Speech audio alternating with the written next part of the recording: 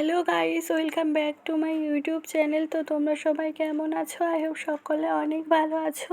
আর আমি তো একটুও ভালো নেই। আমার ভয়েস শুনে বুঝতেই পারছো বেশ কিছুদিন আমার গলায় কী জানি একটা হয়েছে, সেজন্য আমি ঠিক করে কথাও বলতে পারছি না।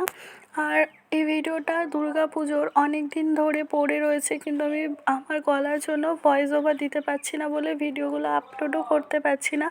বেশ অনেক ভিডিও জমে রয়েছে। তো এটা হলো পুজোর সময় আমরা তাহেরপুর আর বাতকুল্লায় ঠাকুর দেখতে গেছিলাম। তো তোমরা তো জানোই ওখানকার পুজো কতটা ফেমাস আর কত সুন্দর হয়। আর দেখো পুরো এত সুন্দর ডেকোরেশন করা।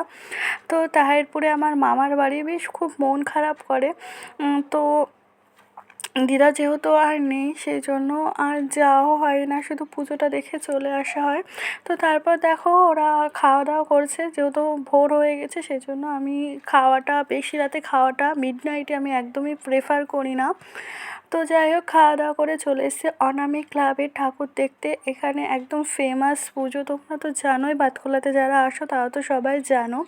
তো তারপরে এই যে সবথেকে ইন্টারেস্টিং খাবার হলো মথুরা কেক।